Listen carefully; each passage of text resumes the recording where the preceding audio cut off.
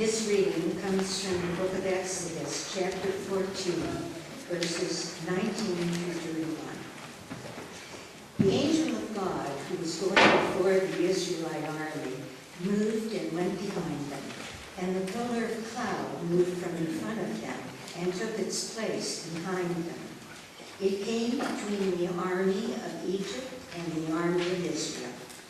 And so the cloud was there with the darkness, and it lit up the night. One did not come near the other all night. Then Moses stretched out his hand over the sea.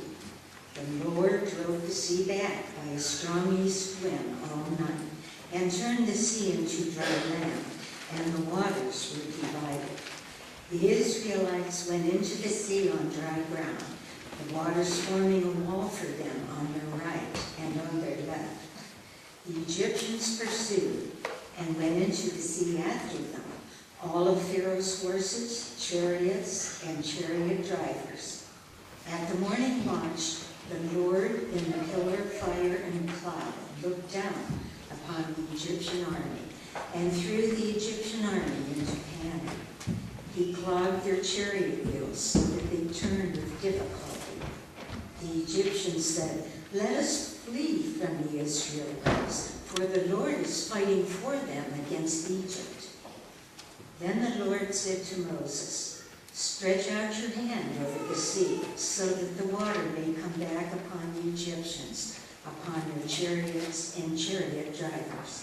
So Moses stretched out his hand over the sea, and at dawn the sea returned to its normal depth. As the Egyptians fled before, the Lord tossed the army of Pharaoh that had followed them into the sea. Not one of them remained. But the Israelites walked on dry ground through the sea, the waters forming a wall for them on their right and on their left. Thus the Lord saved Israel that day from the Egyptians, and Israel saw the Egyptians dead on the seashore. Israel saw the great work that the Lord did against the Egyptians. So the people feared the Lord and believed in the Lord and in his servant Moses. Then Peter came and said to him, "Lord, if another member of the church sins against me, how often should I forgive? As many as 7 times?" Jesus said to him, "Not 7 times, but I tell you 77 times. For this reason, the kingdom of heaven may be compared to a king who wished to settle accounts with his slaves. When he began the reckoning, one who owed him 10,000 talents was brought to him, and as he could not pay, his Lord ordered him to be sold, together with his wife and children and all his possessions, and payment to be made. So the slave fell on his knees before him, saying, 'Have patience with me, and I will pay you everything.' And out of pity for him, the Lord of that slave released him and forgave him the debt. But that same slave, as he went out, came upon one of his fellow slaves who owed him 100 denarii, and seizing him by the throat, he said, 'Pay what you owe.' Then his fellow slave fell down and pleaded with him, 'Have patience with me, and I will pay you.' But he refused. Then he went and threw him into prison until he would pay the debt. When his fellow slaves saw what had happened, they were greatly distressed, and they went and reported to their Lord all that had taken place. Then his Lord summoned him and said to him, 'You wicked slave, I forgave you all that debt because you pleaded with me. Should you not have had mercy on your fellow slave as I had mercy on you?' And in anger his Lord handed him over to be tortured until he would pay his entire debt. So my heavenly Father will also do to every one of you if you do not forgive your brother or sister from your heart." Before I follow that, though, I just want to share 2 things. A week ago on Thursday morning at 3 a.m., I felt like 300 pounds of something was sitting on my chest. I thought it was the flu, and but by noon it didn't go away, and so it was like unlike anything I ever felt. So I told Susie we needed to go over to the Mercy emergency room. I know the individual who put that all together. He's really a bright doctor, and I figured I'd be in good hands, and I was. The folks who were there were just great. They started doing a bunch of tests, thinking it was my heart. They gave me some nitroglycerin. I never want to do that again.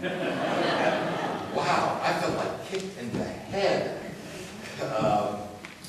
But they discovered it wasn't my heart. My heart was fine. They sent me over to Toledo Hospital where they did the surgery to remove my gallbladder. And that in itself was sort of, they wanted to run some more tests because I said, well, you know, you're so old. And we're pretty sure it's not the heart, but we've got to make sure it's the heart. So they ran a bunch of other tests, and so I couldn't eat. I ate dinner on Wednesday night, and then I went through all day Thursday without food. And then on Friday morning, I ran the test, and then they told me I could eat. And so I went in and I sat down, and they brought the food in. And right as I was putting my first bite of food in my mouth, the surgeon bolts through the door and he says, "Don't eat that!" And within 2 hours, I was in surgery. He just went bam, bam, bam, just like that. And I remember waking up feeling really good. And I thought, is this the way it's supposed to be? I mean, of course, the anesthetic had a lot to do with it. I felt really good the entire night. But I've just been amazed by how well I have been treated by everybody in this whole process. Starting here, the number of cards and concerns that you have expressed, the work that Dax and the worship team did to cover for me, Dr. Tom Rand, the assistant to the district superintendent, did the wedding for me that I was supposed to do that weekend, and stepped in and just did a remarkable job. You realize you can't do anything in this world of ours without people supporting you. And I just cannot say enough how well I was supported throughout all this process. And I'm very, very grateful to all of you, to the medical community, to everybody. When you brush up against your finitude like that, you tend to get somewhat overwhelmed, I think, about the life that we have and how fleeting it is. And I discovered something, because I've never done this before. I've never gone to emergency. I've gone to emergency room. I did stupid things like cut my hand with a knife or fall off the chancel. I fell off the chancel of Trinity and broke my ankle. And, you know, I'm not the most graceful soul that you'll ever know, but this is the first time I went in with these pains, and then they sent me to the hospital, and it was an overnight thing. I've not done an overnight hospital since like I was in the 2nd grade when I had my tonsils out. And so it was a whole new experience. And yet I'm with a lot of people who do this because of the nature of my work. And I didn't realize something. You know, when you're in this hospital, there's a lot of alone time when you're all by yourself. And it was really sort of bizarre. You know, they push you into a room where you're going to have a test done, and they leave you in the room, and there's nobody there for 10, 15 minutes, and you're alone. Or they put you in a tube, who's taking all sorts of pictures of you, and you're looking up, and really you're in there for half an hour, and there's nobody there, but the guy's out in the hall listening to Frank Sinatra music, as he was. And you know, you're alone, and you know, you're laying there, and you see a lot of ceiling tiles. I could describe in exact detail the different ceiling tile arrangements I've encountered.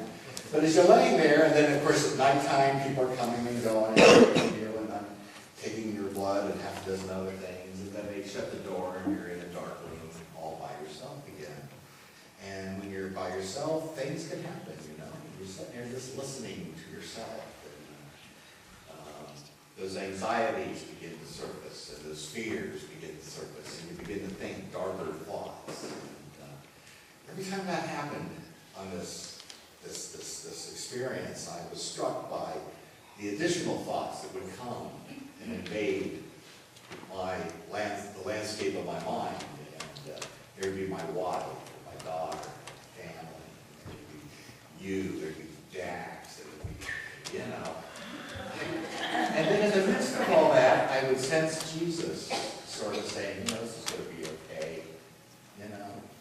Regardless of what happens, it's going to be okay.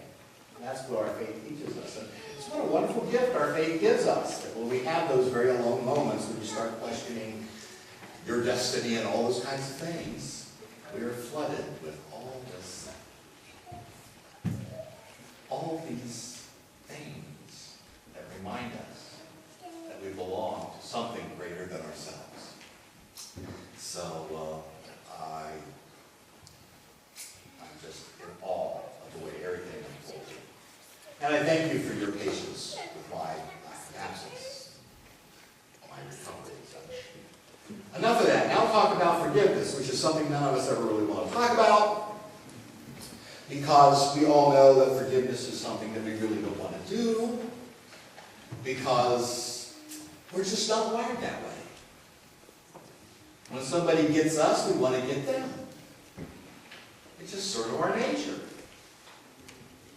And so what Jesus is trying to teach us, or trying to teach Peter, trying to teach his disciples, trying to teach us, is often counterintuitive to our own humanity. I remember the movie The Untouchables, the Elliot Ness film that was 25 years or so ago. Sean Connery character had this great line in it. It went something like this when he was trying to instruct the young Elliot Ness. He said, when they put our guys in the hospital, we put their guys in the morgue. Remember that in that film? That's the sort of the way we are. It's our humanity. Our humanity is to sort of keep things balanced. If they hit us, we hit them. I remember once reading a biography of John Kennedy, and in the biography, he had this saying when people in his staff would get really upset when somebody did something unkind to the candidate. And they would be really upset, and candidate Kennedy would always say, don't get mad, get even. That's just sort of our nature. And so all of a sudden we're presented, Peter is presented with this conversation about forgiveness. And it's hard when people hurt us to let it go. Because forgiveness is essentially letting it go. Forgiveness is essentially when we forgive somebody who's hurt us, we are basically removing the power that that person has and the pain that that act has created away from us. Forgiveness is a liberating thing, but we often think it's a task, a responsibility, something we need to do because Jesus tells us we have to do it. But when we do it,